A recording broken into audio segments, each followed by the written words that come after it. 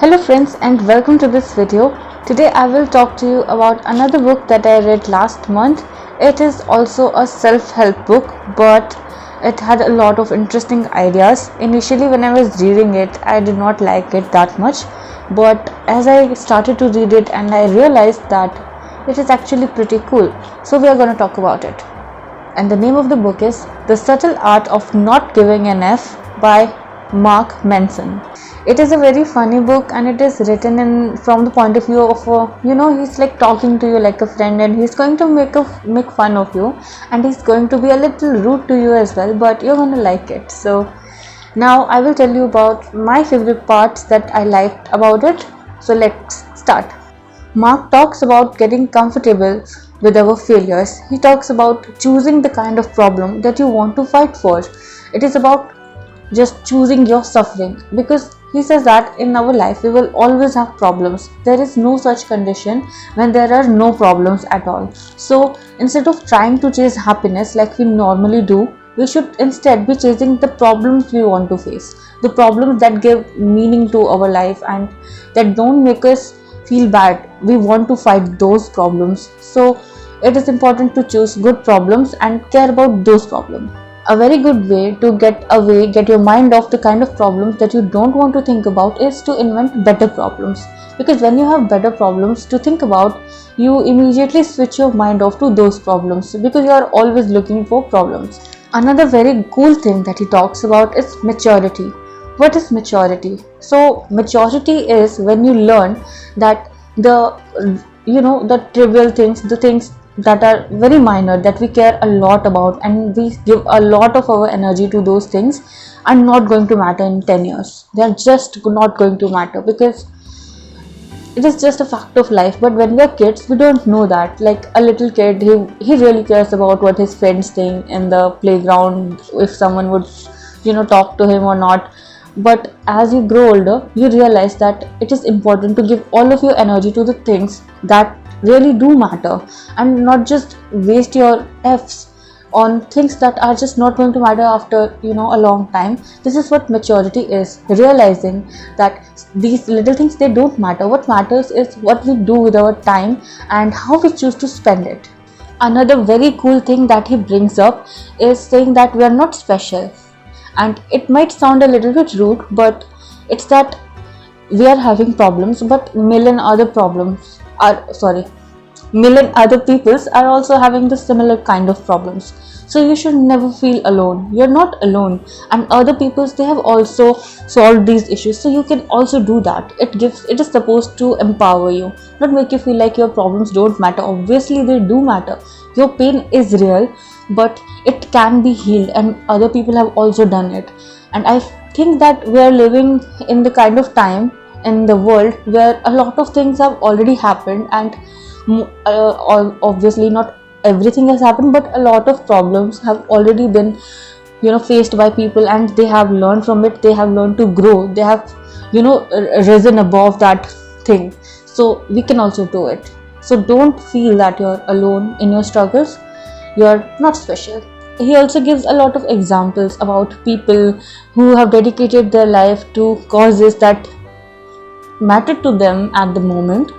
I was really fascinated to read about the story of Captain Onoda. He was this Japanese soldier, and he was fighting in World War II from the Japan side. But then he went to some other country with some fellow soldiers, and they went in a forest, and they were hidden in the forest, and they were fighting people from the forest. And after some time, after a few years, the war was over, but they still kept fighting. They were just not willing to believe that the war is over.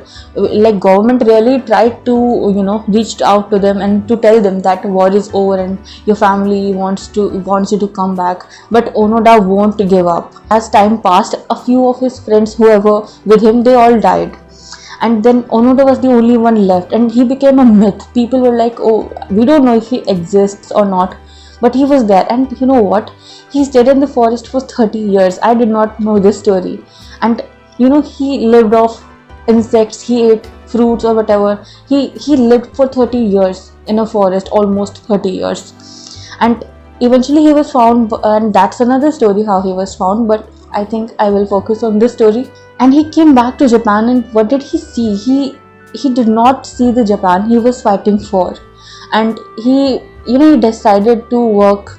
He decided to bring awareness among people, because what he saw in the Japan was not what he was fighting for. Because earlier Japan was very different. Now it was all people obsessed with materialistic things and things like that.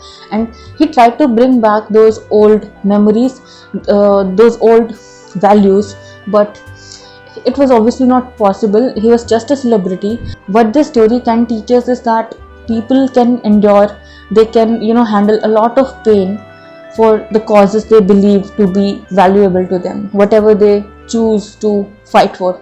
Another very important thing I feel in my life, at least for me, is I never had good values in my life, and I still don't have a lot of good values, but I'm learning.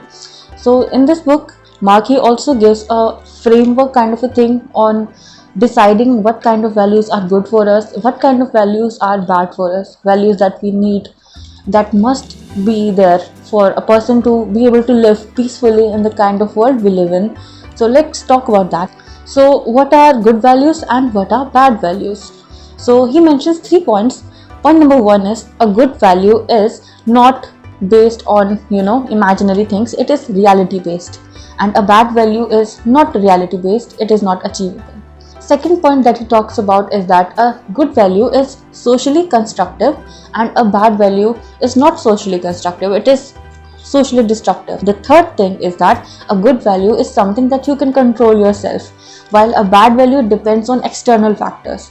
So I think these are very good pointers for me. For example, that is given in the book, but I really like this example because it resonated with me a lot, and this is how I think. I used to think, not think. Now I used to think that way. So if anyone who still feels that way that I felt, I think you should hear this. Sometimes other people are mean to us, and then we feel that we are bad people because other people are not being nice to us. So we find something to blame it on, and we most of the time I blame myself a lot. Okay, so maybe it is a bad value. It's not a maybe, it is a bad value because it is not constructive for anyone, and it is dependent on external factor. And I don't think it is very much reality based, because you can never know what other people are thinking. So a much better value would be to think that if I will be a nice person, I will treat others the way I want them to treat me, or I want to live in a world where we are forgiving to people and we give them chances, not a lot of chances, but we should be forgiving so that we don't miss out on really beautiful relationships that we sometimes do miss out on by being too judgmental. So that's what I mean. That's a good value, where you are being nice to everyone and you're not caring about how they respond to you, you're just being you. It is a good value because it is socially constructive and it is only dependent on you. It is something that you can totally do. It is based on reality. It is not assuming that someone else is thinking something. It is just about you. So you can totally do it. Also, Mark talks about this reverse Spider-Man philosophy that I really liked. You know, Spider-Man's uncle, he told him when he was dying that, not Spider-Man, when his uncle was dying, he told him that with great power comes great responsibility. That is a very nice quotation, but we could spin it around like this, like Mark did in his book, is that with great power, with great responsibility comes great power. What he means by saying that is that we should take responsibility for our lives, like it doesn't mean that you blame yourself for every bad thing that has happened. It simply means that you understand that the way you feel inside is dependent on you only and not other people, no matter what your situation is. You can always choose what happens inside of you. That's the only thing you can control. So that's taking responsibility, and it gives you immense power because you know that you are in control of your internal world and you can change it. So with great responsibility does come great power. Mark, he talks about a lot of other things in this book, like relationships, love, and death even, and a lot of things, and I found all of it to be really cool, and I did learn a lot of things. And he also gives a lot of examples, so it becomes more relatable, more more easy to understand. And this book inspired me to read another book by Mark. It's called Everything is Effed, and I will talk about it to you in future. But for now, that's it. And yes, I will see you next time in the next video. Bye bye.